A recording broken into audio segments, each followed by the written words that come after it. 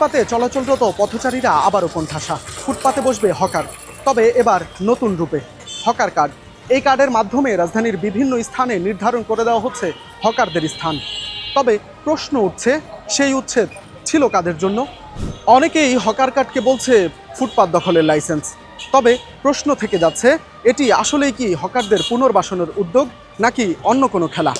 5 feet by 4 fit এতটুকুর ভিতরে একটা box হবে, ওই বক্সের ভিতরে হকার বসবে। বাকি মাঝখানে যাতায়াতের জন্য 5 ফিট রাখা হয়েছে। দাগ দিতে আছে সরকার ভাবে, সিটি কর্পোরেশন ভাবে। এটা পরবর্তীতে কি হয় দেখা যাবে পরে। নো, এরকম দিলে তো ব্যবসা করা যাবে না। যে কোনো একটা দোকানে তো একটা মালের সেটিং আছে, মালের সেটিং না হলে তো দোকানদারি করা যাবে না। করে পথচারীদের কোনো লাভবান হচ্ছে না, কারণ যেই লাউ সেই কদু। এখানে ফুটপাত দখল করাতে আমাদের যারা আমরা হাঁটি রাস্তার পাশ দিয়ে, তো আমাদের জন্য সমস্যা হচ্ছে। এদের জন্য একটা নির্দিষ্ট স্থান ব্যবস্থা করে দিলে ভালো হয়।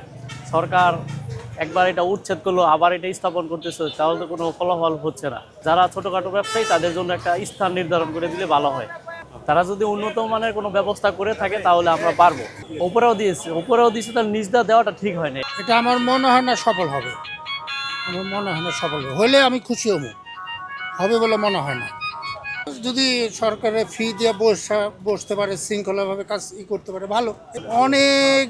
অনেক ব্যবস্থা হয়েছে, কিন্তু শেষ পর্যন্ত সব জিরো, রেজাল্ট হয়ে যায় জিরো।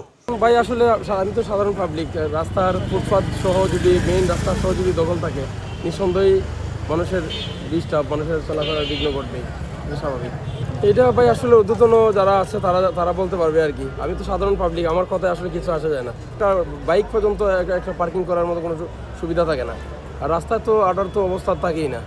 দেখা গেলো যে তাদেরকে এক লাইন দিলে পরে তারা একাধিক লাইন তৈরি করে, এক লাইনের জায়গায় একাধিক লাইন তৈরি করে, তাহলে পাবলিক যাবে কোন দিকে?